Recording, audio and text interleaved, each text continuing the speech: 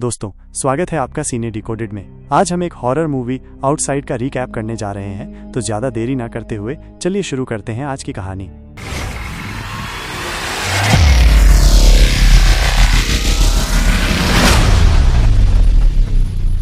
Film की शुरुआत Philippines से होती है, जहां सभी बड़े शहर खतरनाक और खून के प्यासे ज़ोंबियों से भर चुके हैं। हमारा मुख्य किरदार फ्रांसिस एबेल अपनी पत्नी आयरिस और दो बेटों जॉश और लुकास के साथ किसी तरह मनीला से भाग निकलता है और अपने गांव की ओर रवाना होता है। जल्द ही वे एक पुराना, वीरान और उजड़ा हुआ घर देखते हैं। फ्रांसिस एक धातु की पाइप उठाता है और सावधानी से अंदर दाखिल होता है। जैसे ही वो घर में आगे बढ़ता है, ऊपर से हल्की आवाजें सुनाई देती हैं। वो सीढ़ियों पर चढ़कर एक कमरे में पहुंचता है और देखता है कि एक बूढ़ा आदमी बिस्तर पर मरा पड़ा है। उसकी हथेली के पास एक बंदूक रखी है, जिससे साफ है कि उसने खुद को गोली मारी थी।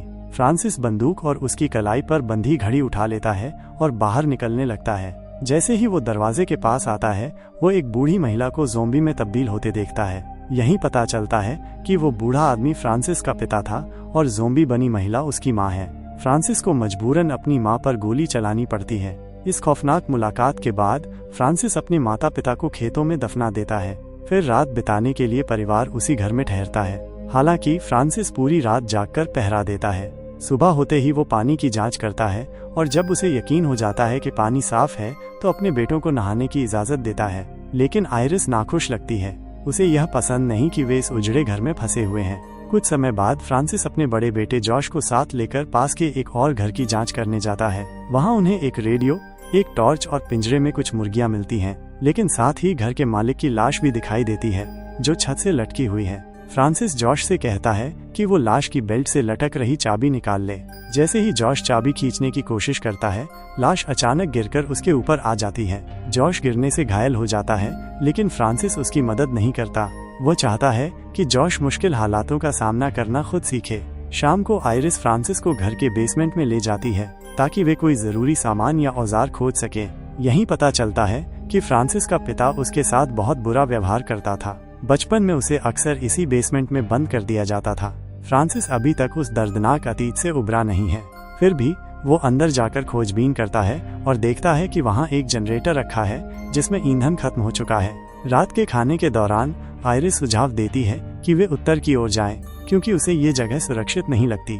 लेकिन फ्रांसिस का मानना है कि यहाँ कोई और नहीं है, इसलिए ये जगह सबसे ज्यादा सुरक्षित है। अगली सुबह दोनों पति पत्नी खेतों के पास बातचीत करते हैं। तभी ये खुलासा होता है कि जॉश फ्रांसिस का असली बेटा नहीं है। यही वजह है कि फ्रांसिस उसके साथ अच्छा व्यवहार नहीं करता। आयरिस फिर से कहती है कि उन्हें सरकार के निर्देशानुसार उत्तर की ओर जाना चाहिए। हालांकि फ्रांसिस ये विचार पसंद नहीं करता, लेकिन आखिरकार अपने परिवार की सुरक्षा के लिए राजी हो जाता है।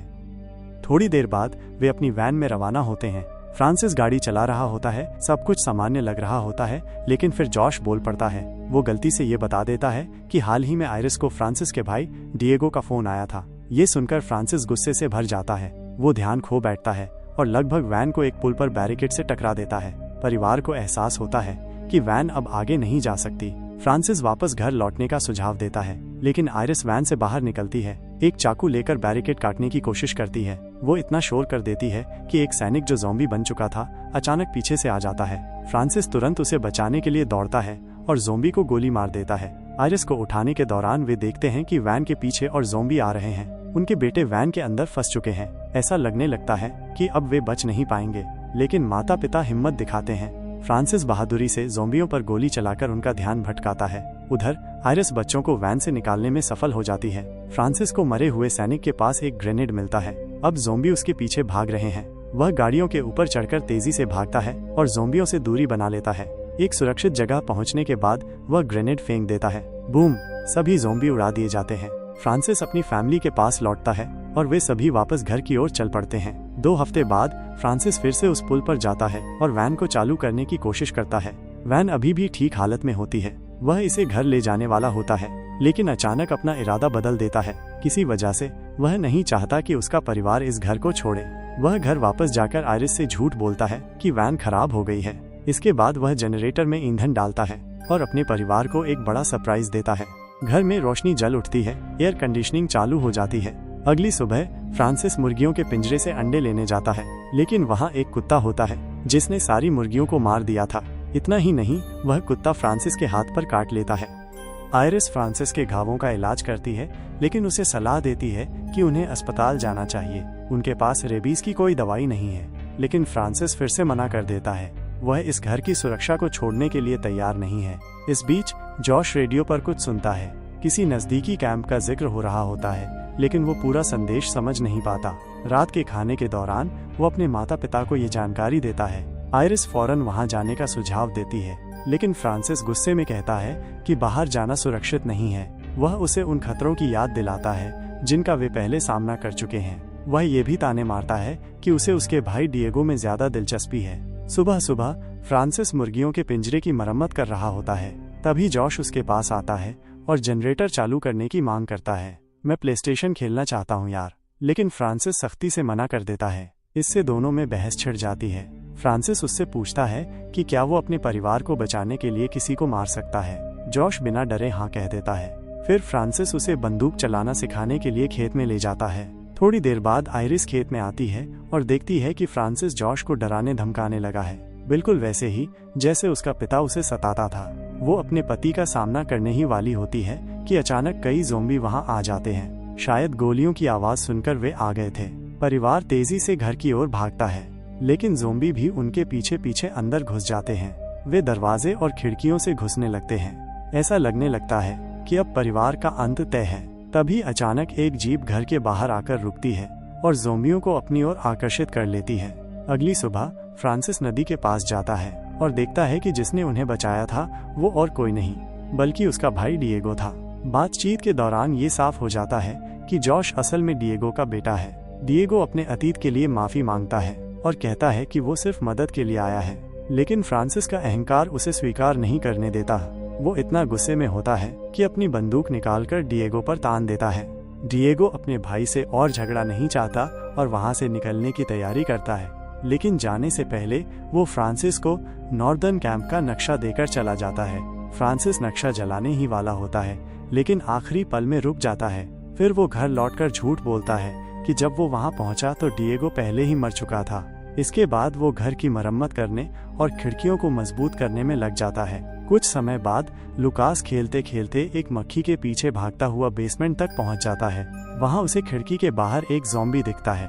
आयरिस भी वहां आती है और देखती है कि ज़ॉम्बी पहले से कमजोर हो गए हैं। उसे एहसास होता है कि ये प्राणी अब ज्यादा दिनों तक जिंदा नहीं रहेंगे क्योंकि इनके पास खाने को कुछ नहीं है। वो लुकास से वादा करती है कि जल्द ही सब कुछ पहले जैसा हो जाएगा, लेकिन उन्हें ये नहीं पता कि फ्रांसिस दरवाजे के पीछे खड़ा होकर सब सुन रहा है। वो नहीं चाहता कि ये सब खत्म हो। उस दोपहर खेत में घूमते हुए फ्रांसिस को एक कमजोर ज़ॉम्बी दिखता है। वो उसे मार देता है और फिर घर आकर झूठ बोलता है कि खेत में अब भी कई ज़ॉम्बी घूम रहे हैं। उसका इरादा साफ है, वो अपने परिवार को बाहर जाने से रोकना चाहता है। रात के खाने के दौरान जॉश बताता है कि उसने फ्रांसिस के पास एक नक्शा देखा है जिसमें कैंप का रास्ता बना हुआ है। ये सुनकर फ्रांसिस गुस्से में आ जाता है और आयरिस को समझाने की कोशिश करता है कि उन्हें खेत में रहकर ही अपना परिवार बढ़ाना चाहिए। वो यहाँ तक कहता है कि उन्हें एक और बच्चा पैदा करने की योजना बनानी चाहिए। आयरिस उसकी बात को तुरंत खारिज कर देती है और उसे याद दिलाती है कि उनका जीवन अब पहले जैसा नहीं रहा। वो उसे बताती है कि उनका खाना धीरे धीरे खत्म हो रहा है और उन्हें बाहर जाकर राशन इकट्ठा करना पड़ेगा। ये सुनकर फ्रांसिस भड़क जाता है और दोनों के बीच बहस छिड़ जाती है। वो अपने बेटों के सामने ये सच उजागर कर देता है कि आयरिस पहले ही उसे छोड़ने की योजना बना रही थी, लेकिन तभी ज़ॉम्बी अटैक हो गया। आयरिस इस बात को मान लेती है और कहती है कि वो अब इस रिश्ते में खुश नहीं है। वो अपने बेटों की खातिर नक्शा मांगती है, लेकिन जवाब में फ्रांसिस गुस्से में नक्शा जला देता है। अगली सुबह फ्रांसिस खेत में खाने की तलाश में जाता है, लेकिन उसे सिर्फ गन्ने मिलते हैं। तभी दूर से बंदूक चलने की आवाज आती है। इसका सिर्फ एक ही मतलब हो सकता है, पास में कोई लोग ज़ॉम्बी से लड़ रहे हैं। उस रात वो बेसमेंट से एक बड़ी लकड़ी निकालता है और दरवाजे को पूरी तरह बंद कर देता है। फिर बाहर से उसे जंजीर से लॉक कर देता है। आयरिस और जॉश फ्रांसिस के बढ़ते कंट्रोलिंग रवैये से परेशान होने लगे हैं। जॉश गुस्से में कहता है कि फ्रांसिस ठीक वही कर रहा है जो उसके अपने पिता ने उसके साथ किया था। ये सुनकर फ्रांसिस भड़क जाता है और गुस्से में जॉश को थप्पड़ मार देता है, लेकिन इससे पहले के हालात और बिगड़ते, दरवाजे पर दस्तक होती है। बाहर से कोई खुद को एक सैनिक बताकर अंदर आने की गुहार लगा रहा होता है। फ्रांसिस उसे अंदर नहीं आने देना चाहता, लेकिन जॉश बिना सोचे समझे दरवाजे से लकड़ी हटा देता है। एक घायल सैनिक कोरेरा अंदर गिर पड़ता है और इलाज की भीख मांगता है। आइरिस, जो खुद एक नर्स है, तुरंत उसकी मदद करने लगती है और उसकी चोटों के बारे में पूछती है। कोरेरा बताता है कि वो पास के एक कैंप से आया है। उनकी टुकड़ी राशन लाने निकली थी, लेकिन रास्ते में ज़ोंबी ने हमला कर दिया। सभी मारे गए, सिर्फ वो किसी तरह बच निकला। ज़ोंबी उसे घेरने ही वाले थे, लेकिन एक आदमी ने उसकी मदद की और उसे इस घर की ओर भेज दिया। आइरिस को शक होता है कि वो आदमी डिएगो ही होगा। आखिरकार फ्रांसिस कोरेरा को घर में रहने देने के लिए मान जाता है, लेकिन शर्त रखता है कि वो रात भर बेसमेंट में ही रहेगा। कुछ घंटों बाद जब सब सो रहे होते हैं, जॉश आइरिस से कहता है कि वो डिएगो या कैंप को ढूंढने के लिए निकल रहा है। वो ये भी कबूल करता है कि उसे अपनी असली पहचान के बारे में पहले से पता था, लेकिन फिर भी वो फ्रांसिस को ही अपना असली पिता मानता है। अगली सुबह फ्रांसिस देखता है कि कोरेरा लुकास के साथ नाश्ता कर रहा है, लेकिन जॉश वहाँ नहीं है। जब वो आइरिस से पूछता है तो वो कुछ नहीं कहती। फ्रांसिस तुरंत समझ जाता है कि जॉश भाग गया है और गुस्से से पागल हो जाता है। वो हथौड़ा उठाता है, रसोई में जाता है और कोरेरा के सिर पर दे मारता है। बाकी सब खौफ से देखते हैं, क्योंकि सैनिक का खून और दिमाग खाने की मेज पर फैल जाता है। फ्रांसिस फिर आइरिस की ओर बढ़ता है और उसे जोरदार मुक्का मारकर बेहोश कर देता है। जब आइरिस को होश आता है तो उसे एहसास होता है कि फ्रांसिस ने उसे और लुकास को बेसमेंट में कैद कर दिया है। इस बीच फ्रांसिस की मानसिक हालत बिगड़ती जा रही है और वो डरावने प्लान बनाने लगता है। वो उस कुत्ते को मार देता है जिसने उसकी मुर्गियां खाई थीं। फिर उसका मांस पकाकर कोरेरा की वर्दी पहनकर बेसमेंट में जाता है। जब उसकी फैमिली उस मांस को खाने से मना कर देती है तो फ्रांसिस गुस्से में प्लेट जमीन पर पटक देता है। वो बताता है कि जब वो छोटा था, अगर वो खाना खत्म नहीं करता था तो उसके पिता उसे सजा देते थे। आइरिस और उसका छोटा बेटा इस मनहूस घर से भागने की योजना बनाते हैं। अगले सीन में फ्रांसिस अचानक लुकास की चीखों से जाग जाता है। वो फौरन बेसमेंट की तरफ भागता है, लेकिन जैसे ही वो अंदर घुसता है, आइरिस उस पर फर्नीचर का टुकड़ा दे मारती है। फ्रांसिस जमीन पर गिरकर कुछ देर के लिए बेहोश हो जाता है और आइरिस उसके पास से चाबी उठा लेती है।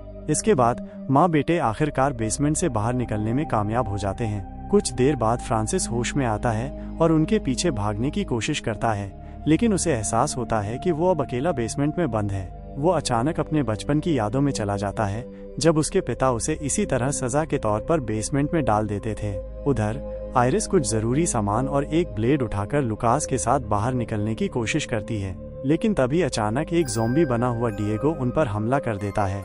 दोनों डरकर वापस घर की ओर भागते हैं, लेकिन डिएगो आइरिस का पैर पकड़ लेता है। जब लुकास उसे बचाने की कोशिश करता है तो डिएगो उस पर हमला कर देता है। ऐसे नाजुक पल में फ्रांसिस बेसमेंट से बाहर आकर अपने परिवार को बचाता है। वो डिएगो को मार गिराता है, लेकिन इससे पहले डिएगो लुकास के हाथ पर काट चुका होता है। अब उनके पास सिर्फ दो ही रास्ते हैं, या तो लड़के का हाथ काटकर संक्रमण फैलने से रोका जाए या फिर उसे ज़ॉम्बी बनने दिया जाए।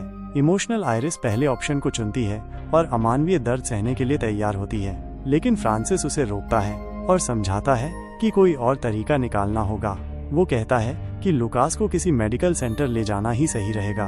फ्रांसिस तुरंत पुल की तरफ भागता है, जहां उसने कुछ दिन पहले वैन छोड़ी थी, लेकिन वहां हालात और भी बुरे होते हैं। पुल पर जॉश घूम रहा होता है, जिसने एक सैनिक ज़ॉम्बी की लाश से बंदूक उठा ली है। थोड़ी देर बाद फ्रांसिस भी वहां पहुंच जाता है और अपनी वैन को देख लेता है, लेकिन वो जिस मिलिट्री यूनिफॉर्म में होता है उस पर खून लगा होता है, जिससे वो एक ज़ॉम्बी जैसा दिखता है। जैसे ही वो जॉश के करीब पहुंचता है, डरे हुए जॉश गलती से बंदूक का ट्रिगर दबा देता है और गोली सीधे फ्रांसिस को लग जाती है। जब उसे एहसास होता है कि उसने क्या कर दिया तो वो फौरन माफी मांगने दौड़ता है। जॉश कबूल करता है कि उसने हमेशा फ्रांसिस को ही अपना असली पिता माना है। मरने से पहले फ्रांसिस अपना हाथ बढ़ाकर कहता है कि उसने भी हमेशा जॉश को अपने बेटे की तरह माना है। अपने आखिरी पलों में फ्रांसिस जॉश को वैन लेने और बाकी परिवार को बचाने का आदेश देता है। फिल्म का अंत तब होता है जब आइरिस अपने घर के सामने वैन को आता देखती है, लेकिन सच कहें तो लुकास का बचना मुश्किल ही लगता है। इसी के साथ फिल्म समाप्त होती है। दोस्तों, चैनल को लाइक और सब्सक्राइब करना मत भूलना। मिलते हैं अगली वीडियो में।